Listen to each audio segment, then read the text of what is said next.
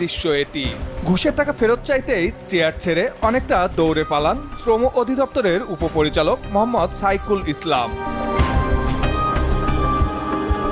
শুরুর ঘটনা গত জুন মাসে গাজীপুরের দুটি পোশাক কারখানা থেকে একসঙ্গে 100-র বেশি শ্রমিকের চাকরি যায়। দাগী আসামির মতো তাদের ছবিও টানিয়ে দেওয়া হয়। কারণ অনুসন্ধানে নেমে কেঁচো খুঁড়তে যেন সাপ বের হওয়ার দশা। চাকরিচ্যুত দুজন শ্রমিক জানান তাদের কষ্টের কথা।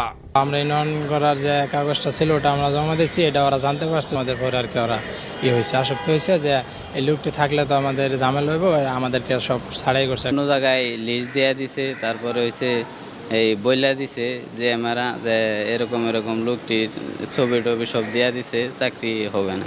ইউনিয়ন করতে 20% শ্রমিকের সম্মতি লাগলেও নাম জানার সুযোগ নেই মালিক পক্ষের। তাহলে আবেদন জমা হওয়া মাত্রই কি করে তালিকা পেয়ে যাচ্ছেন মালিকরা? এই লেবার ডিপার্টমেন্টের থেকে